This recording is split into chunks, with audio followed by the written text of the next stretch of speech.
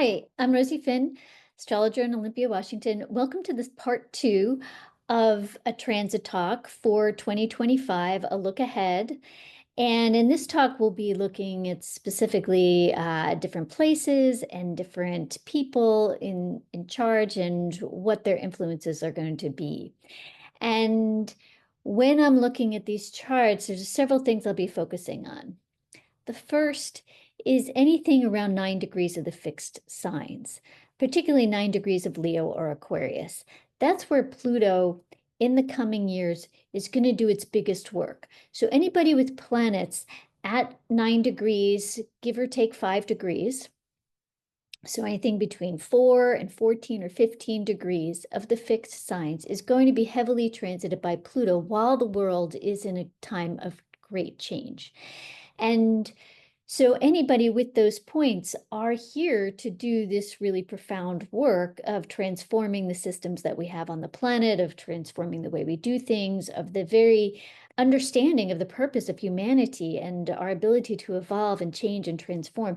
There's something profound about those 2 points. And I've looked in the past and looked at people's charts, and lots of people who've made a big impact on the planet have planets around 9 degrees of Leo or Aquarius, but we'll also look at 9 degrees of Taurus and Scorpio as well. One of the biggest indicators of somebody who's going to be in power and huge and have huge influence is when the sun moon midpoint is at 9 degrees Leo or Aquarius. 9 degrees Leo are more likely people who are going to blaze a trail. They're going to be more likely solo operators. 9 degrees Aquarius is people who are more working for a group or a collaboration.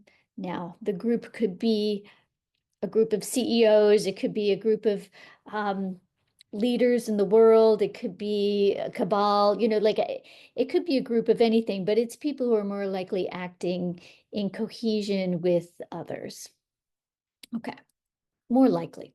Midpoints, particularly sun moon, if your sun moon midpoint is at 9 degrees Leo, it's also 9 degrees Aquarius is also a midpoint for you. It's just a farther away midpoint from the sun and the moon. All right, the second thing I'll be looking at is anything around 0 degrees Aries or Libra. This is a heavily charged point with Neptune and Saturn crossing it. The nodes, the eclipses will be close to it. So I'll also be looking at anything where the eclipse points are between 23 and 26 degrees of Pisces, Virgo, or also at 9 degrees, 10 degrees of Libra, Aries. So we'll be looking at those points. And then I'll also be looking at what Uranus is transiting at the end of Taurus, beginning of Gemini. So let's proceed. Okay, let's first look at some places, mostly countries we'll be looking at. With these charts, sometimes the dates and times can be disputed. I'll give you my sense of why I'm using these country charts. The first one we're looking at is the USA chart. This is the Hawke chart. Richard Hawke is an astrologer who I think he passed away in 93. I love his work. He rectified the US chart for June 19th. He's one of the rare individuals who doesn't use July 4th. But let's just use his chart for a moment here. The nodes, which did not change much between June 19th and July 4th, were at these potent points, 6 degrees Aquarius, 6 degrees Leo. Now, 5-6 degrees of Leo Aquarius is particularly being transited by Mars during this Mars retrograde. It's stationed there on December 5th. So we're particularly looking at that. In his chart, he uses the moon in Leo. I think this is particularly potent for the US, considering kind of the North Node is our desire to experience things. It's political. It's that kind of ravenous, pull yourself up from your bootstraps. It's Ayn Rand is kind of the North Node. It's like progress. And you kind of make it happen. Rahu, the North Node, wants us to go out and experience things, dominate, carpe diem, manifest destiny. Like that's all those are all sayings for the North Node. And the South Node is what we're clearing up, the past. We could see that USA, no matter what time, whether you're using July 4th, the Sibley chart, it's going to have Pluto conjunct the South Node. We just went through our Pluto return, but now Pluto is on the South Node, which means over the next 3 or 4 years, Pluto is going to be it's going to be doing some deep work on our past lives, which is basically that we are an empire built on genocide. I think this is rare in history for an entire empire to rule the world and to be founded on the basis of decimating 90% of the original occupants of the land. Russia's never done that. China's never done that. India for sure has never done that, at least in our recorded history. So there's something particularly karmic about the US and the collapse of the US that's coming and what that looks like. So before you think it's like anarchy, people running around the streets and guns, which I can't discount that, but collapse can be the separation into states. The Soviet Union fell. Some things were harder to receive, some things were harder to get. Maybe a lot of things were. We can be looking at shortages. We can be looking at states' rights. We could be, so what state you're in, what town you're in, these things might matter a lot more than they have in the past. So, and we can even see this new administration coming in and talking about pretty much taking out any of the regulatory agencies, any of the supportive ones, probably boosting up the military, which may have some difficult consequences for the actual administration that's supporting it or not supporting it. We'll see. The US military is going to be very interesting to see what they do in the midst of collapse, who they support, who they're loyal to, where the true loyalty is, where the true power is. Maybe we can see some of that through the charts we're looking at. But for now, we're going to see a clearing of the karmas. Something is going to rectify this imbalance. I think even looking at what's happening with some of the local tribes, Nisqually, Squaxin, the tribes in the region where I live, and some of the some of the tribes in other places as well, that there's a growing power within them because a lot of them have water rights, which will be huge. It will be a huge amount of power in the future. They may have land rights. I think there's movements of the Catholic Church giving land back to the Native peoples. I think that is having some difficult consequences, but I think it'll be interesting to see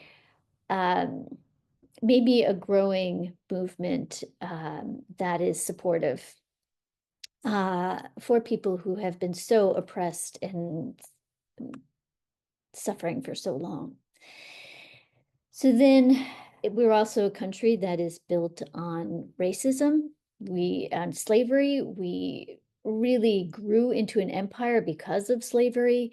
So this is another past karma. This is another South Node karma that we have to rectify. Maybe we personally didn't do it, but we have benefited, and the empire of the United States has benefited from that.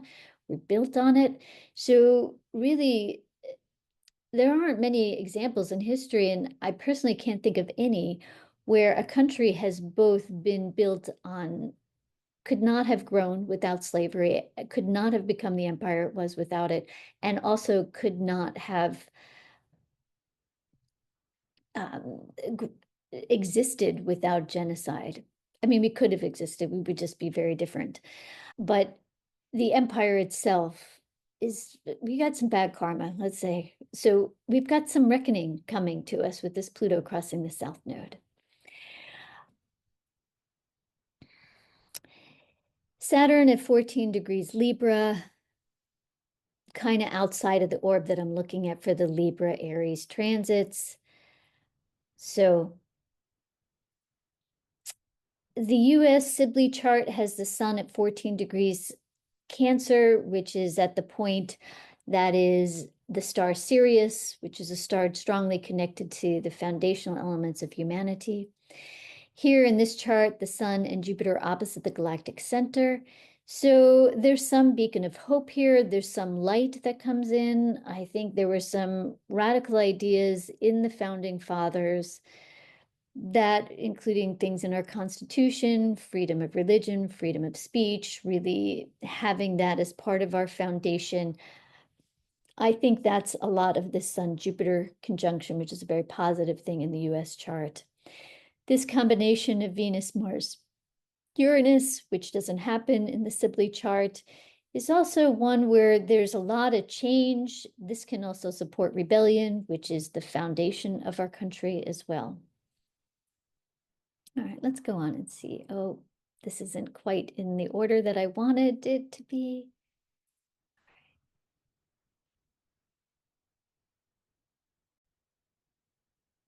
Okay. Here, let me just show you the Sibley chart. Sibley was an astrologer at the time. He was alive at the time. He rectified the chart for 5:10 p.m. July 4th. Lots of people use this chart. We can see the sun, Jupiter, Venus all together in Cancer. Here we have Venus somewhat close to that Aries point, not close enough for me to think it's has any real significance on the Neptune, Saturn transits coming up. So I think the main thing that we're dealing with is Pluto.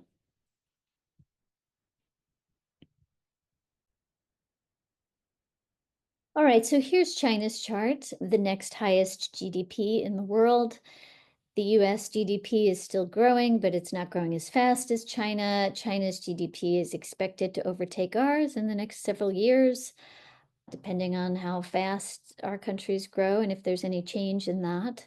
So China is set to be the new financial go-to civilization. And as that happens, we'll look at a kind of a difference in the balance of powers. Currently, China is devaluing their currency, according to my son who's studying economics.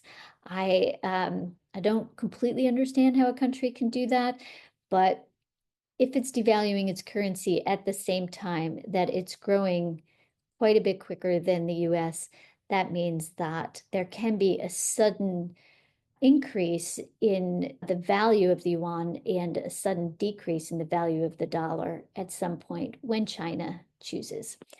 So this is the chart for October 1st, 1949. So we're setting China up not as the beginning of its civilization, which the Shang dynasty was back in 1800 BC. So we're not going back. We're going to the beginning of really the start of Mao, the start of communist China. And using this chart, we're using 12 noon because I don't know anyone who's rectified it to my satisfaction. A lot of these charts will be from noon, keeps the sun high in the sky, and it's probably getting us close to the time. So China's sun is at 7 degrees Libra, close to 8 degrees. That means that the eclipse, the Venus retrograde, these things are going to be triggering the sun for China. These are actually probably positive transits for China. They may be volatile, they may shake things up, but there's something that's bursting free. China, in terms of civil rights, there may be some activism that begins. There may be some things that are shifting over time that are underground that kind of break through during the Venus retrograde, March, April time period. So that will be important to watch. China has Mars at 14 degrees Leo, almost 15. It's just a little bit, out of orb for the Pluto aspects that I'm looking at. I think that supports China over time. Now, the moon was at 1 degree Aquarius, give or take 5 degrees when we don't know the time. And so the moon might be really being aspected by the Mars retrograde. It's great possibility that Pluto is on their moon during this time period. So there's something, this is about the emotions, the feelings in the country. How are people feeling about what's going on? The country is taking leaps, and maybe it's even in the springtime that they decide to value their currency, or there's a sense of a stronger yuan. But Pluto on the moon says there's unrest among the emotional aspects of the people, how people are feeling. And that will likely continue for a couple of years.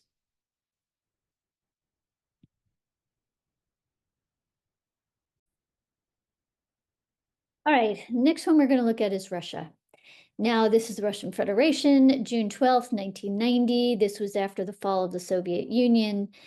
So a lot of countries in and around that were part of the Soviet Union in the past will have the nodes at 8 degrees Aquarius, 8 degrees Leo. Remember, these are opposite the US nodes.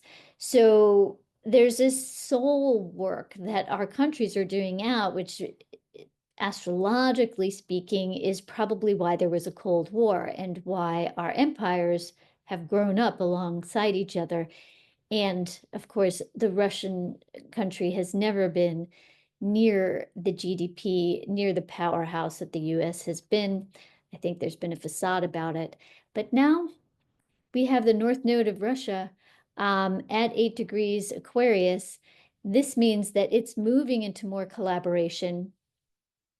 As Pluto crosses it, it's pushing it in its soul direction, which the agreements with the BRICS nations, China, India, Brazil, South America, and I don't know, I think there's been a dozen others that have at least in some way joined, that this is becoming a more collaborative country. I mean, by necessity, we don't think Putin is a big collaborator, but we're looking at the moon being transited just like China. So both of them have their moons close together. This is for noon also, so give or take 5 degrees. I would say their moons, no matter what time these two countries were formed and how we want to rectify these charts, the moons are conjunct. So emotionally, they're connected. I think there will be unrest in both countries. I think I think the demonstrations and the uprisings are about to really take off in these countries as Pluto moves back and forth on their moons. And it's possible that these two countries may respond. Putin may take a hike. I don't know. He's got a strong chart. We'll talk about that in a minute. But I think that these countries are they're set to reform. They're set to adapt as long as they can give their people more rights. That's what this Aquarius wants, more rights for the people. They will have to deal with the emotional undertones where people are not satisfied with what's happening. Because in both of these countries, there have been uprisings. They were massively affected by genocides during World War II. The people aren't going to stand for it this time. It's not the same. It's not Stalin and Mao and these dictators all over again. This is about reformers coming in. So Jinping and Putin, they may be out unless they reform and adapt. All right, and then Russia's Mars is at 8 degrees Aries, so those eclipses will be hitting particularly the military and the army. I think that will be fully um, the full-on invasion of Ukraine. I think we'll see in March, April, May that Russia has taken over the Ukraine, that that the eclipses have emboldened Mars, and the Ukraine will become part of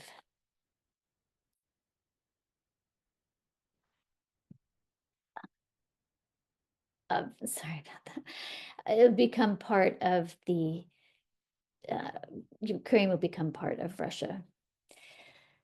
Russia won't continue to exist without its partnerships, so it's not going to continue its empire expanding. It's going to move into, like we say here, more of the Aquarius, more of the trade negotiations, collaboration. So they will also have to deal with an uprising, which may also begin in March, April, when the eclipses hit this. There may be some big demonstrations that go on there that will probably be anti-Putin.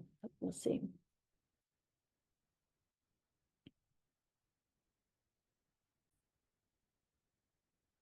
All right, so here's India's chart, another part of the BRICS nations and the alliance that's happening. It'll be interesting to see what goes on between India and China and the border wars they're having, or the issues or the challenges they're having, particularly if the Dalai Lama passes, if that incites any kind of issues between India and China. But when we're looking at this, India has Mars at that Aries point, so and Pluto. This is for August 15th, 1947. So this is after World War II, when the partition went up between India and Pakistan, and a lot of volatility. We see things at that time being really about empire building, which wasn't India's empire building. It was the US and the Allies and the United Kingdom. The United Kingdom was in decay after the wars. The US was rising. So when we look at this, we see that India has had Pluto going over its moon recently, give or take 5 degrees. This is for 12 a.m. I guess there was a reason why they made it for 12 a.m. So give or take 10 degrees going forward. So it's either in Cancer or it's in Leo. Let's say it's probably mid degrees of Leo if it happened during the day. So then that moon would be closer to Mercury and Pluto. So I think that this Pluto transit can be a rise in leadership and in power in India. So we might see this nation rising as time goes on. Hopefully they will take some of their good things from past centuries into this time period. Mars and Neptune are square.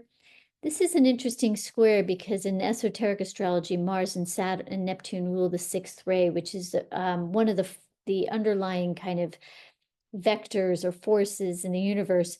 And the sixth ray is about devotion. So this is a country that has a strong basis in their spirituality, and particularly in a spirituality that's very devotional.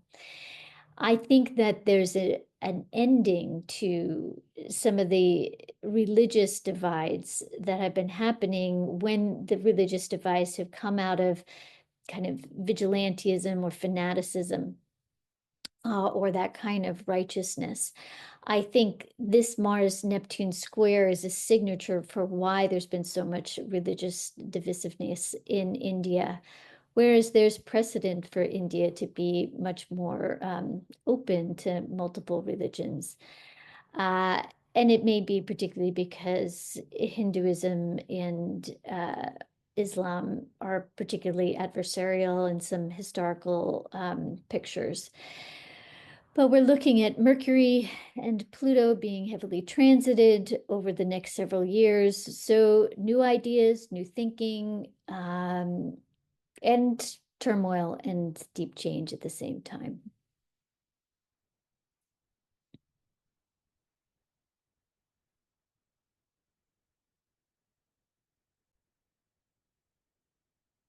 All right, so let's look at Israel. Also close to the time period of India. It's interesting that these lands that have such ancient history, we're looking at charts that happened later than the US's chart. But 1948, May 14th, 1948 is particularly when the this new country,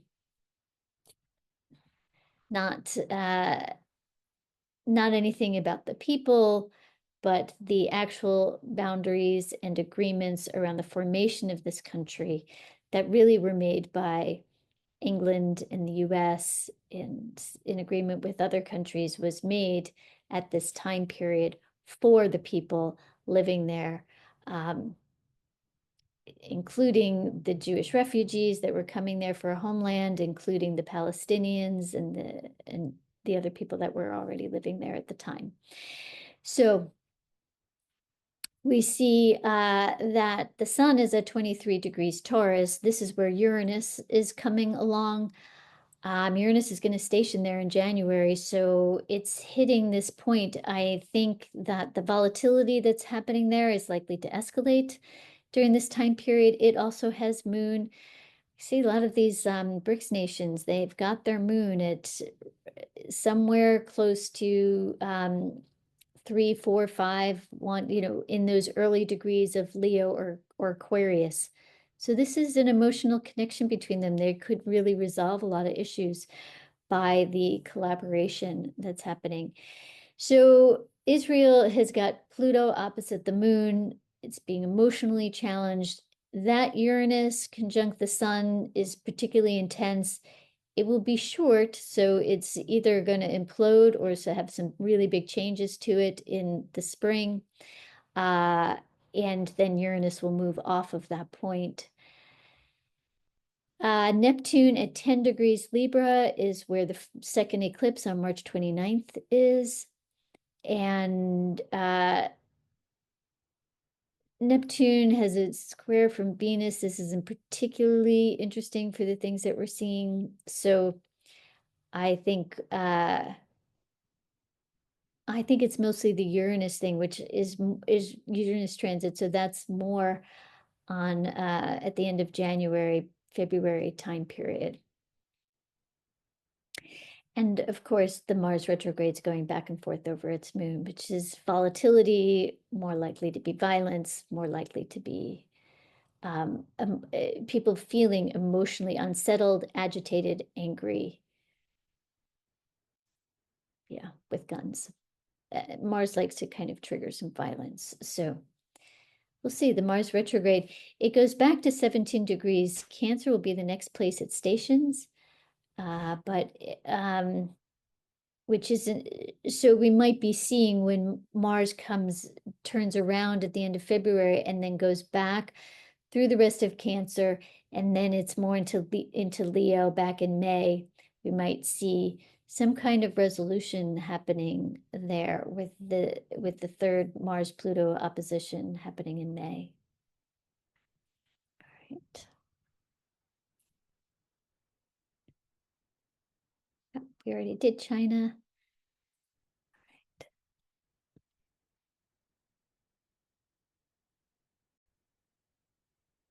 Okay. So here's Saudi Arabia's chart. I think I'm pulling up this chart, and particularly because Mars is at 1 degrees Leo, this is a particularly potent place for the Mars retrograde.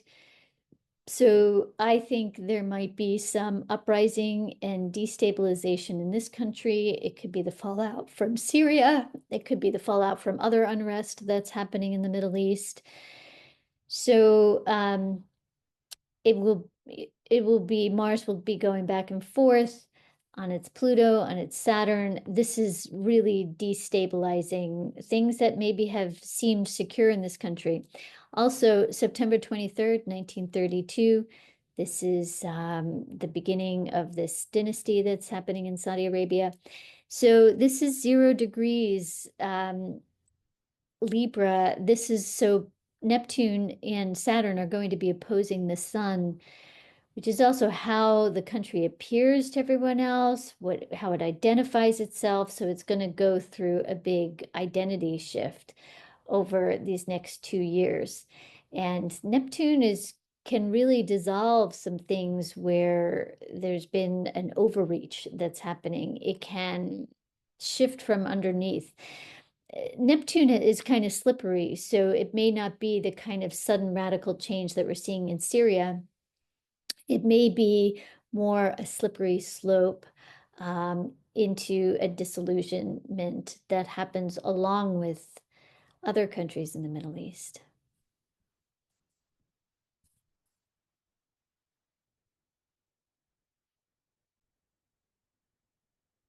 All right, here's the Syria chart for the Ba'athist rule. So this is al-Assad, Bashar al-Assad and his father. And so 1963 was the beginning of them stepping into power. They've ruled with an iron fist. We can see that this chart has Mars at 5 degrees Leo, exactly where Mars was stationing, exactly on the day that Syria fell and al-Assad left the country. So I think, this is particularly potent when we look at the Mars retrograde here. Pluto has been going back and forth over the South Node for the last several years. So there's been this clearing, and civil unrest has been happening for much longer than that. But it's been the last 11 years at least since the Arab Spring. But this is a kind of sudden fall, toppling. And so the Mars retrograde is probably going to be a continued upset, kind of the fallout. But as Mars goes direct and then crosses back over Mars, we might see that there's a new game in town. And I don't think HTS and the ruler of HTS, al-Jilani, are the same as the leaders that stepped in after the Arab Spring. I don't think this is the same thing at all. I have hope that he may actually follow through with some of the unity messages that he's presenting. However, the Mars retrograde we'll see. And once Mars goes direct, and then once it opposes Pluto again in May, then we'll see what's happening there. They're really starting a new. It's the first domino to fall in a way in these countries there. And watching Israel's chart with Uranus, and a lot of people think it's just going to go in and take over. I mean, it's already taken over probably the Golan Heights but it's also, I don't know, there could be something very dramatic that happens when Uranus conjuncts the sun of Israel, and we're looking at this regime is gone actually. So let's look at, I'm going to just I'm going to go back to Yemen because this chart is close. The nodes are the same as Russia's, opposite the US's. So I think we'll see some powerful things coming out of Yemen. We already know that they're happening. But I don't see March, April as being particularly beneficial. Likely this is a country that is going to collapse or has already really. And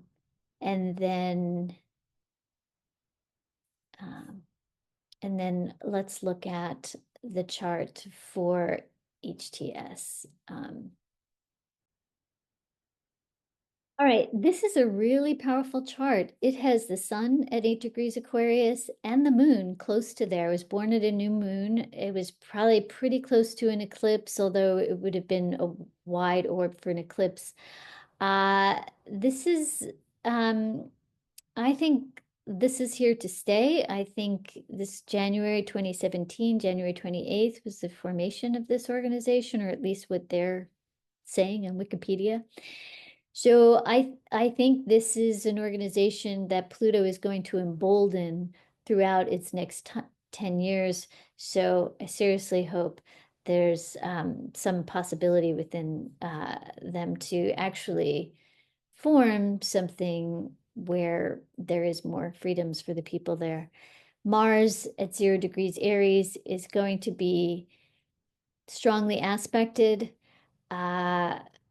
So I think that Neptune, Saturn may cause this to have some challenges, as some having to encounter some obstacles next year.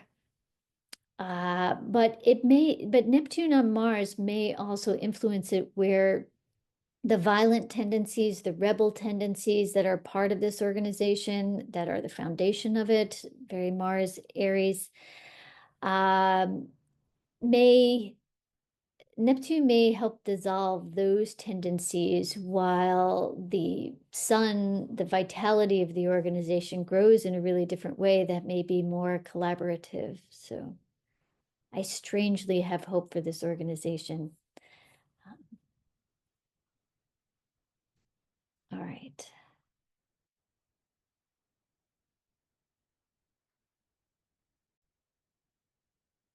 All right, there's two more countries that I want to look at. Here's Peru's chart. I'm looking at Peru because the sun is at 5 degrees Leo, right where Mars stationed. Sometime, that day, we have 3:12 p.m., so we have an exact time for Peru. So the moon was there, so Pluto's aspecting the moon. It has Neptune at the Aries point. There's something about what's going on in Peru that I think is really significant. It has Pluto and Chiron close to those eclipse points.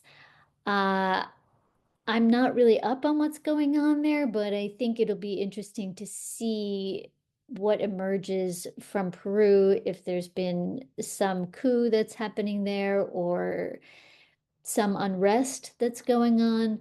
But it could be that this country is poised to set an example for other countries, particularly in South America. And then the last country I wanted to look at is Romania, because I know they just had an election and are going through some changes in their administrative staff. It's Saturn that's being aspected for them, so a restructuring. I don't think this leads to any kind of chaos or decay for them, because it's Saturn, and I think that there's a restructuring that needs to happen, and that's probably going on there. All right, this is what I want to focus on for places. In the next talk, I will focus on people. Thank you very much.